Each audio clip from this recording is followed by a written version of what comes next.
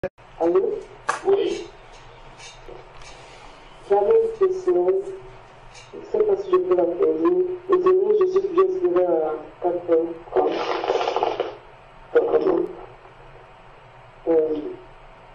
Ma question, en fait, je voulais savoir. En fait, je crois que c'était avant-hier, je regardais les enseignements sur pourquoi la femme ne peut pas enseigner. Et j'étais un peu confuse sur la différence entre une prophétesse et un juge. Parce que dans les actes, je crois dans les actes 2, on parle de Déborah qui était juge, qui a exercé en fait le travail de juge. Et dans 2, quand c'est Chronique 36, il y a Aouda aussi, qui était prophétesse, si je me trompe pas, je l'avais compris. Je voulais savoir est-ce que ces titres ne sont pas des autorités. En fait, j'étais un peu confuse sur mon point, donc merci.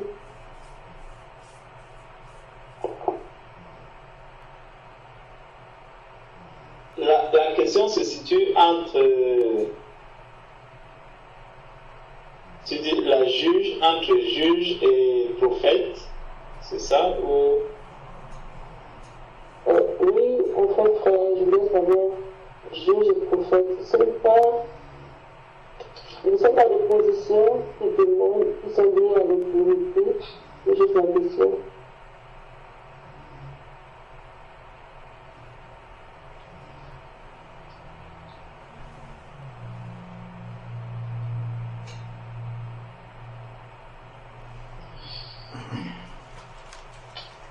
Je crois que la première chose déjà, c'est de situer le contexte. Le Seigneur dit par l'apôtre Paul dans 1 Timothée chapitre 2, verset 11, il dit que la femme s'instruise en silence avec une entière soumission. Je ne permets pas à la femme d'enseigner ni de prendre autorité sur l'homme, mais qu'elle demeure dans le silence, car Adam a été formé le premier.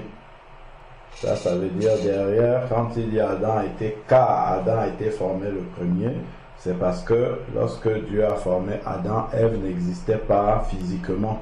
Et il a donné la parole à Adam lorsque Ève n'était pas là. C'est pour ça que c'est écrit ici. Et Adam a été formé le premier, ça on le voit dans Genèse 2. Ève ensuite parce que il s'est mis dans cet ordre-là, parce que Adam a reçu la parole et c'est lui qui a transmis la parole à Ève. Donc c'était déjà la volonté de Dieu depuis le départ. C'est pour ça que c'est écrit là. Donc, et ce n'est pas Adam qui a été séduit, c'est la femme qui séduite s'est rendue coupable de transgression. Donc, bon, là, il nous dit encore que la femme, dans la manière dont elle est faite, émotionnellement et tout le reste, est plus, est plus prédisposée à la séduction. Bon. Et ici, en fait, quand je parlais de contexte, il faut comprendre déjà que ça, c'est le contexte de l'église. Donc, c'est clair déjà que c'est dans l'église que ça se passe. Donc, les femmes dont tu as parlé là ne sont pas dans l'église. Hulda n'est pas dans l'église. Déborah n'est pas dans l'église. Déjà, pour commencer. Donc, c'est pour ça qu'il faut toujours situer chaque chose dans son contexte. Bon. Maintenant, si nous prenons 1 Corinthiens chapitre 14, et il y a un parallèle par rapport à ça qui va nous renvoyer justement sur ce qui concerne les femmes d'avant là. 1 Corinthiens chapitre 14. Si nous prenons 1 Corinthiens chapitre 14 à partir du verset 33. Il est écrit car Dieu n'est pas un Dieu de désordre mais de paix. Comme dans toutes les églises des saints. Donc, ce n'était pas qu'à Corinthe, mais c'est dans toutes les églises des saints. Que les femmes se taisent dans les assemblées. Donc voilà par exemple une erreur qui est très courante où on dit non, c'est parce que les femmes à Corinthe parlaient beaucoup et elles interrogeaient leur mari dans l'assemblée, c'est pour ça que Paul leur a donné une instruction de ne pas parler. C'est écrit ici comme dans toutes les églises des saints, c'est parce que les gens lisent vite, ils ne s'arrêtent pas sur les mots. C'est écrit comme dans toutes les églises des saints que les femmes se taisent en assemblée. Ça c'est une seule phrase. Donc, que les femmes se taisent en assemblée, donc là on est dans le contexte de l'église, car il ne leur est pas permis d'y parler, mais qu'elles soient soumises, et c'est là alors maintenant, comme le dit aussi la loi. Donc même les femmes qui étaient soumises à la loi ne parlaient pas dans la synagogue, ne parlaient pas au temple. Je crois que ça n'existe aucune femme qui, dans le temple de Moïse, même dans la tente d'assignation, quand il y avait encore le tabernacle, on ne voit pas des femmes en train de venir prêcher la parole là-bas. Ça n'a jamais existé ça. Donc, c'est quelque chose qui, dès le départ, est comme ça, et ça part depuis le jardin d'Éden. Le jardin d'Éden où Dieu a donné la parole à Adam. Et quand il a créé Ève, il n'est pas venu redonner une autre parole à Ève. C'est Adam qui lui a transmis la parole et c'est là que le Seigneur montrait déjà quelle était sa volonté par rapport à cela. Alors, ici, je vois, il y a un renvoi dans ma Bible, je vais aller vérifier. Il y a un renvoi très loin derrière. Alors,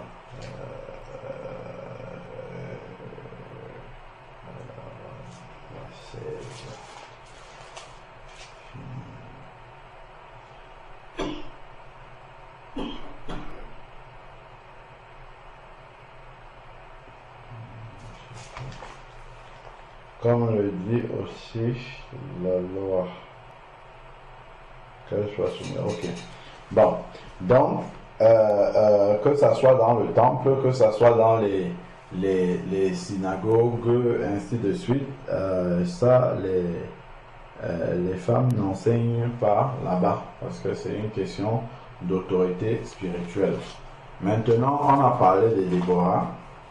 Déborah, c'est dans le livre de Juge. Pardon.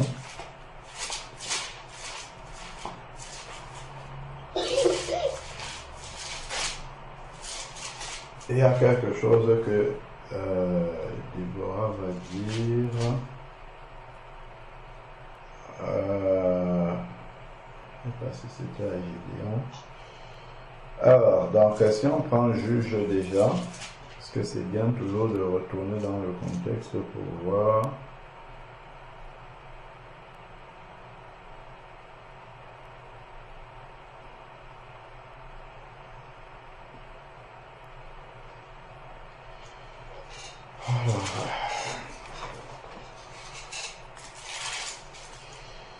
Donc, si nous prenons Juge chapitre 5,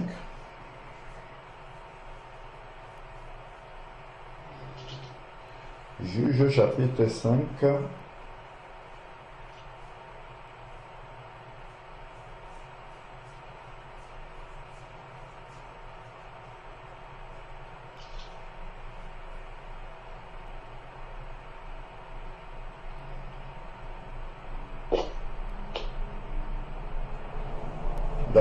si on prend même déjà à partir du chapitre 4 et verset 1. Juge chapitre 4 verset 1, il est écrit: les Israélites firent encore ce qui est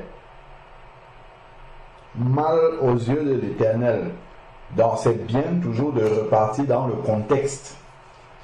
Le contexte nous précise les choses.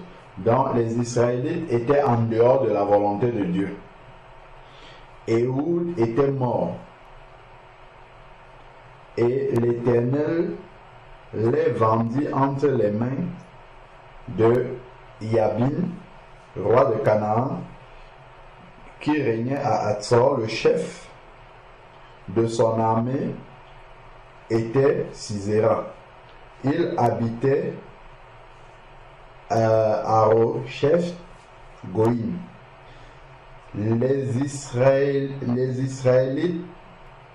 criaient à l'Éternel, car Jabin avait 900 chars de fer et il opprimait avec violence les Israélites depuis 20 ans. Dans ce temps-là, Déborah, prophétesse, alors, il y a un renvoi ici, Myriam, comme Myriam dans Exode. Dans mon renvoi, il est dit ici comme Myriam dans Exode. Myriam dans Exode, on a Hulda aussi, on a Noadia aussi, Déborah, seule femme juge en Israël. Bon, donc, alors, après on pourra voir le cas des deux autres. Donc, il est écrit ici, femme de Lapidote. La Bible est très... comment dire? C'est-à-dire, il y a des petits détails dans la Bible qui permettent vraiment de donner tout son sens. C'est-à-dire que de retrouver tout l'équilibre de la parole de Dieu sans qu'il n'y ait une partie de la Bible qui vienne contredire une autre. Regardons ce qui est, comment est-ce que Déborah est présentée ici. On nous dit, dans ce temps-là, Déborah, prophétesse, femme de Lapidote, était juge. C'est-à-dire que Déborah, bien qu'elle soit juge, elle est présentée sous le couvert de son mari.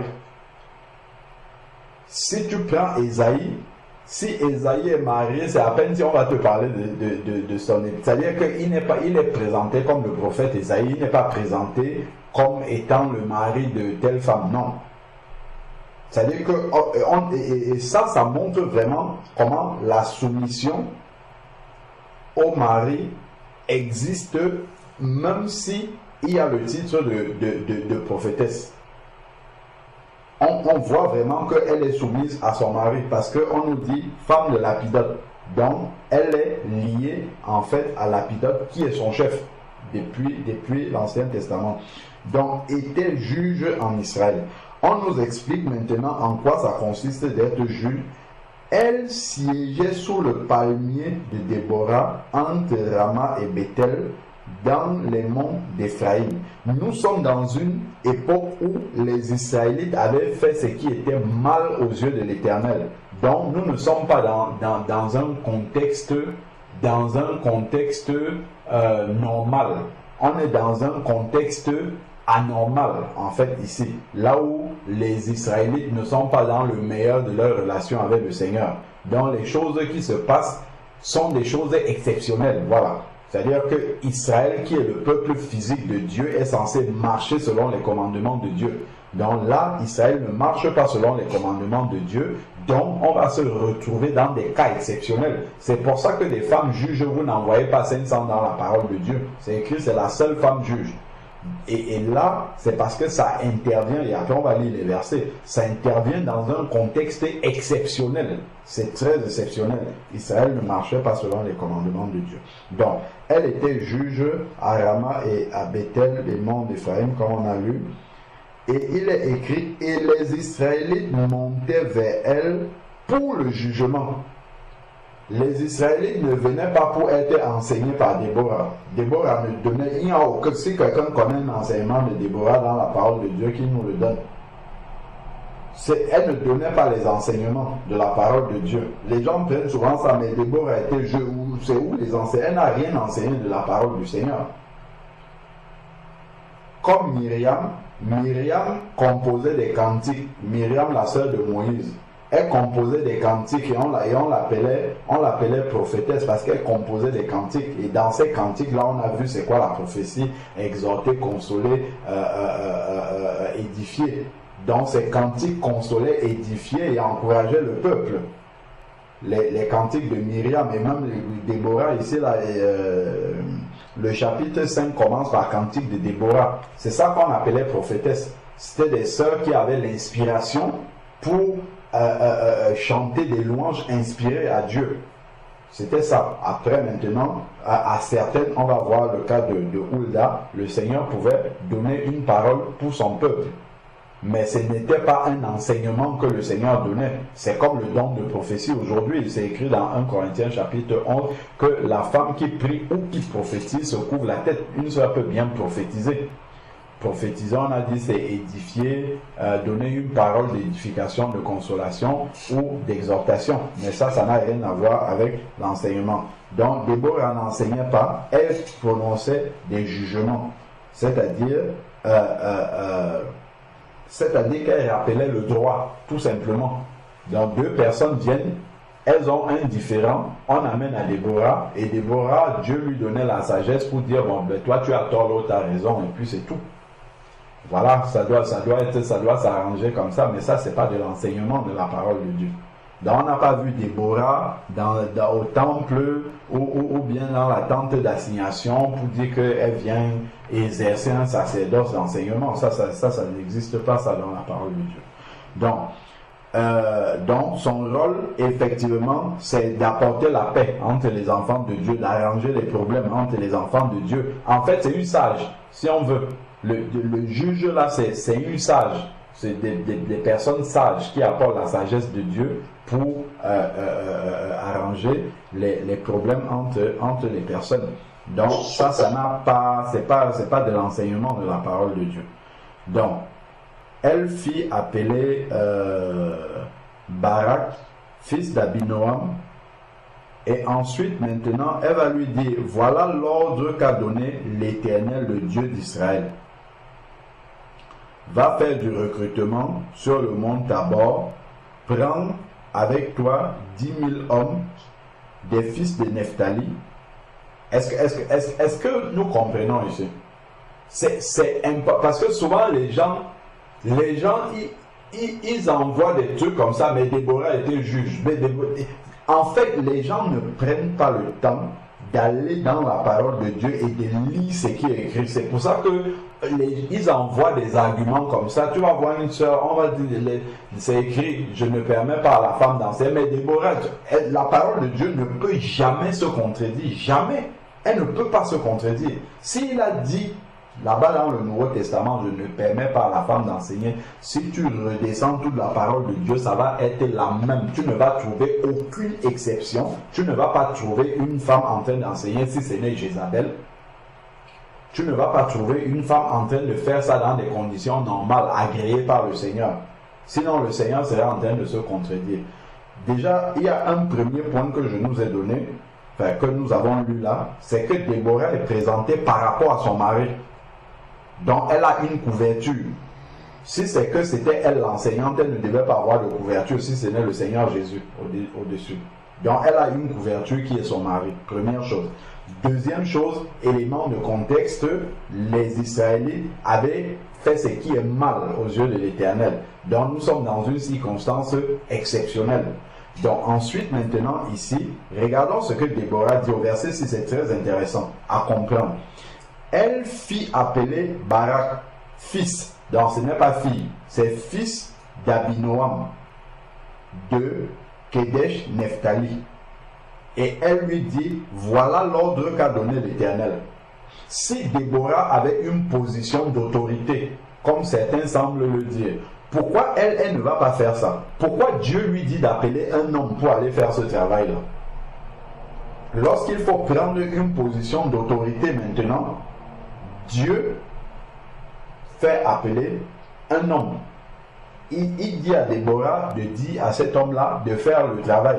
Donc Dieu fait appeler un homme lorsqu'il faut une position d'autorité. Et ça nous montre que Dieu, depuis la genèse du jardin d'Éden, ne se contredit pas par rapport à sa parole. Ça reste cohérent. C'est parce que les gens lancent des arguments comme ça sans aller gratter dans la parole de Dieu pour voir ce qui est écrit. Donc ensuite, maintenant, ici, donc, elle fit appeler Barak, fils d'Abinoam, de Kedesh Nephtali, et elle lui dit, voilà l'ordre de l'Éternel, Dieu, va faire le recrutement sur le mont Tabor et prends toi 10 000 hommes, fils de Nephtali et fils de Zabulon. Parce qu'une femme ne peut pas commander une armée des hommes. Dans la pensée de Dieu, ça ne se fait pas. Donc, ensuite, le Seigneur dit, j'attirerai vers toi au torrent de Kishon, Sisera, chef de l'armée de Yabin, avec ses chars et ses troupes, et je les livrerai entre tes mains. Entre les mains de Barak, le fils d'Abinoam. C'est un homme qui doit faire ce travail-là. C'est un homme qui doit être à la tête d'une armée.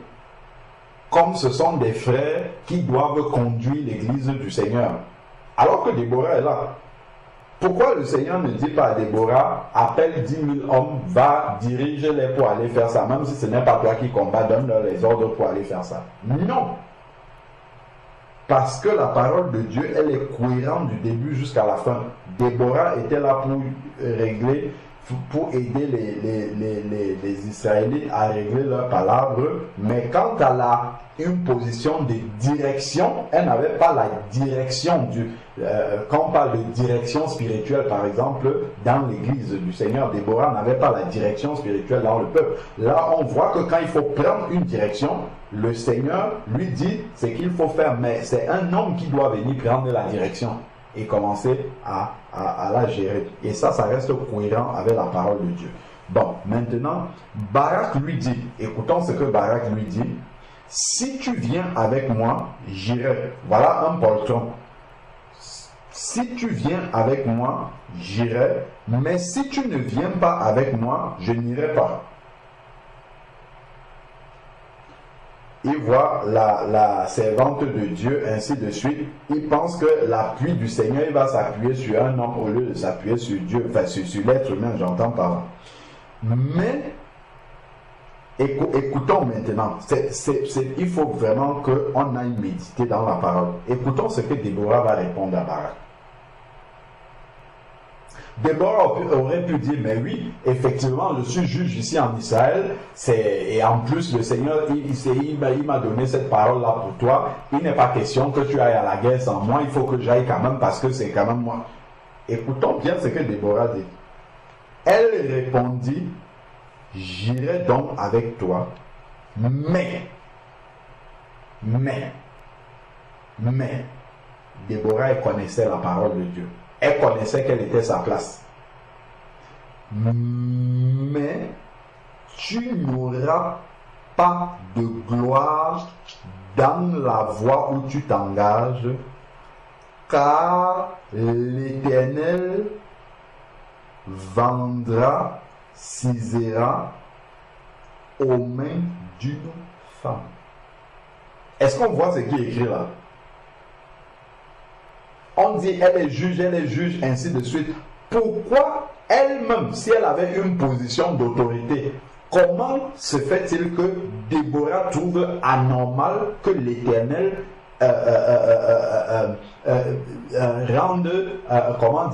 livre les mains de Sisera entre les mains d'une femme? Si elle avait la position d'autorité, si juge, et c'était une position d'autorité au sens de leader, la position de Déborah là. Si elle avait une position de leader, comment est-ce qu'elle peut trouver anormal que Dieu livre les mains entre les mains d'une femme, Sisera, l'ennemi d'Israël? C'est parce que Déborah savait quelle était sa place. Elle savait qu'elle était là de manière temporaire parce qu'il y avait un dysfonctionnement et puis on va lire ça après, il y avait un dysfonctionnement dans la marche normale des enfants d'Israël. Dans la réglementation normale du Seigneur, il y a eu un dysfonctionnement et elle s'est retrouvée temporairement à cette place-là.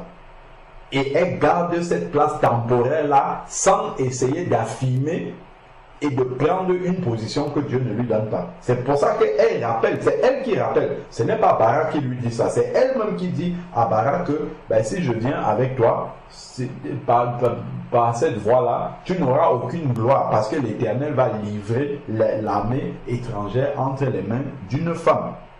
Ce qui ne devrait pas être le cas. Mais Déborah n'aurait jamais dit ça si elle assumait le rôle si elle avait un rôle de leadership tel que certains peuvent le dire. Puis Déborah se leva et se rendit avec Barak à Kéresh. Barak convoqua Zabulon et ainsi de suite. Et Déborah est montée avec lui et alors, là on peut gagner du temps.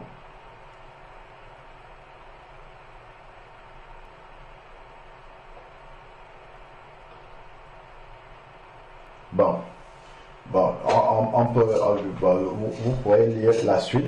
Si nous regardons le chapitre 5, donc la cantique de Déborah, ça c'est le rôle justement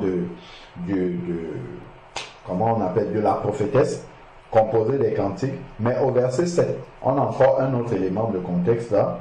Juge 5, verset 7. On avait abandonné les villes ouvertes en Israël. On les avait abandonnées jusqu'à ce que je me sois levé, moi, Déborah. Donc, ici, les hommes avaient abandonné leurs responsabilités et Déborah s'est levée. C'est-à-dire qu'elle a pris la responsabilité de mère. D'ailleurs, elle va le dire. Je me suis levé comme une mère pour Israël. Parce que les hommes étaient défaillants. C'est pour ça qu'elle s'est retrouvée à cette place-là. Ce n'est pas que Dieu l'a appelée à être juge. C'est que les hommes étaient défaillants et elle a pris cette place-là. Et à ce moment-là, Dieu l'a utilisé temporairement pour assurer ce rôle que les hommes n'arrivaient, puisqu'ils avaient fait ce qui est mal aux yeux de l'Éternel.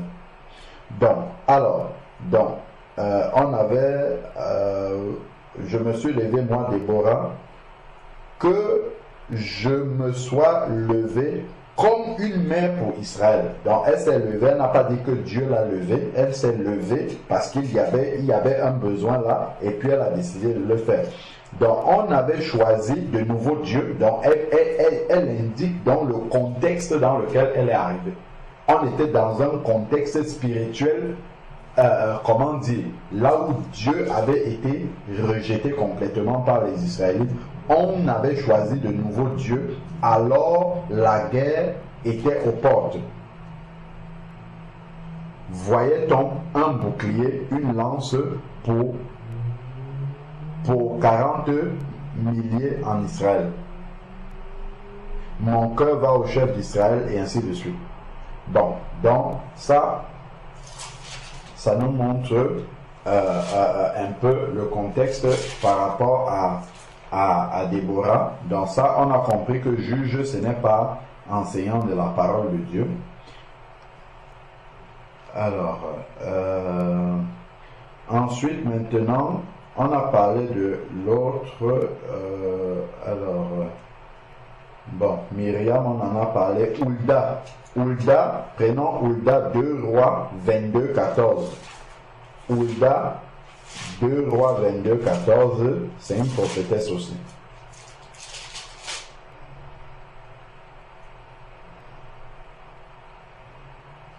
On a le même schéma qui se présente encore. 2 Rois 22, 14, le sacrificateur Hilkia à Hikam, à Bor, Shaphan et Azaya allèrent auprès de la prophétesse Hulda. Si on s'arrête là, on peut confondre avec prophétesse dans l'église du Seigneur. C'est pas la même chose. Dans l'église du Seigneur déjà, Éphésiens chapitre 4 verset 11, il a donné dans l'église il a fait don des apôtres, des prophètes, des évangélistes, ainsi de suite. On ne dit pas des prophétesses. On dit il a fait don des apôtres, des prophètes, des évangélistes, des pasteurs, des docteurs. Ce n'est jamais au féminin. On ne dit pas il a fait don des prophètes et des prophétesses. Non, il a fait don des prophètes. Donc ce ne sont que des frères qui peuvent utiliser ça. Donc, qui peuvent porter cette responsabilité-là. Donc, prophète que l'on retrouve dans le Nouveau Testament comme Agabus ou bien d'autres prophètes, ce n'est pas le même titre que les prophétesses de l'Ancien Testament dont on voit ici. Les prophétesses, c'est l'équivalent du don de prophétie, si on veut, et ça, les sœurs peuvent l'avoir. Donc, ici, ils sont allés donc chez la prophétesse Hulda, de la même manière que Déborah a été présentée.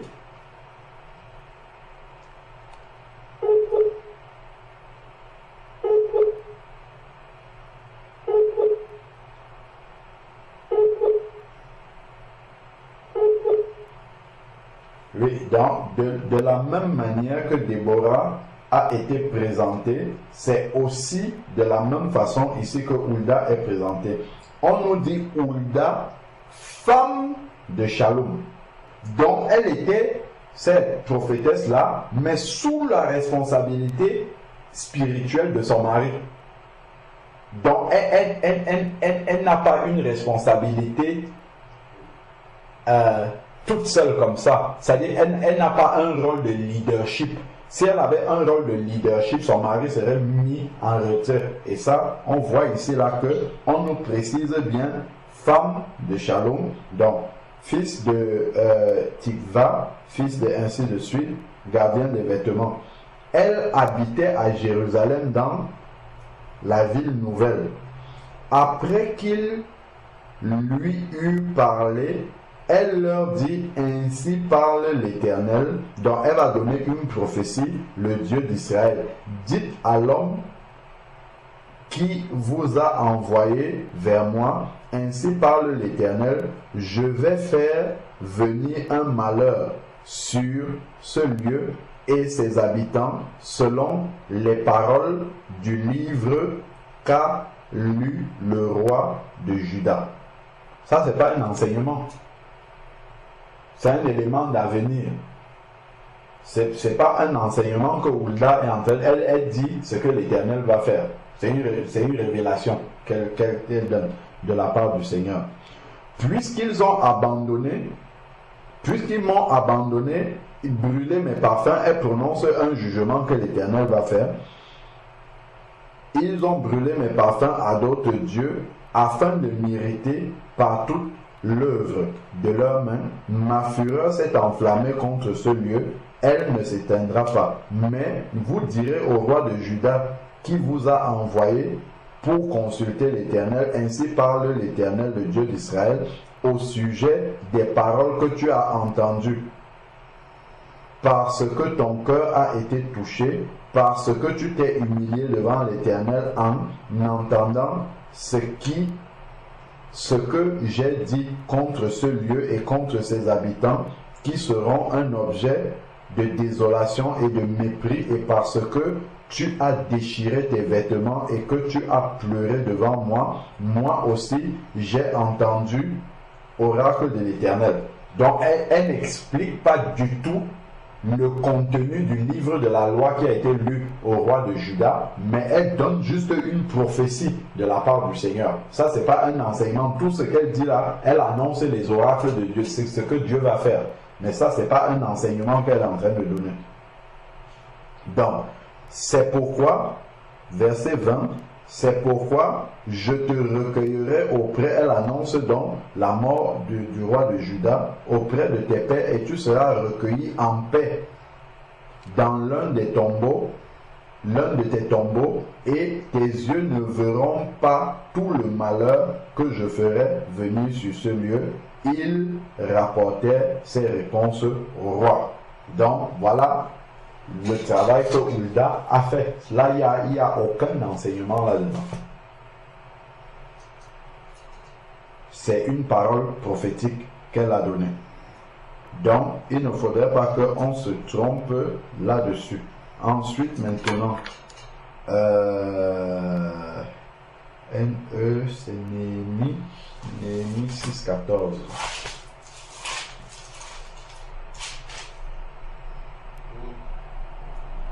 Néhémie 6,14.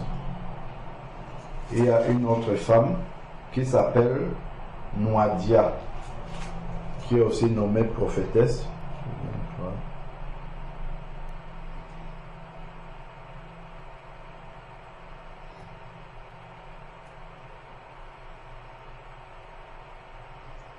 Bon, là on en dit un peu moins sur elle.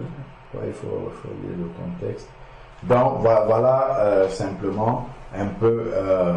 Après, on nous parle aussi de comment on l'appelle Anne, la prophétesse. Et on nous dit que depuis, c'est dans Luc chapitre 1 ou 2, si je ne me trompe pas, depuis qu'elle avait perdu son mari, elle persévérait dans les jeûnes et les prières. Elle ne quittait pas le temple. C'était ça son rôle de prophétesse. Et donc, en persévérant dans les jeûnes et prières, ben, le Seigneur lui donnait des prophéties, comme lui annonçait la venue du Messie, et ainsi de suite. Mais ça, il n'y a pas d'enseignement là-dedans. Donc tout ça, ça n'a rien à voir avec l'enseignement. Donc voilà un peu de manière brosser la réponse à la question des femmes prophétesses de la parole de Dieu, ou bien les femmes qui sont la seule femme qui a été juge dans la parole de Dieu. Ça ne peut pas justifier qu'une femme peut enseigner, puisque ces femmes-là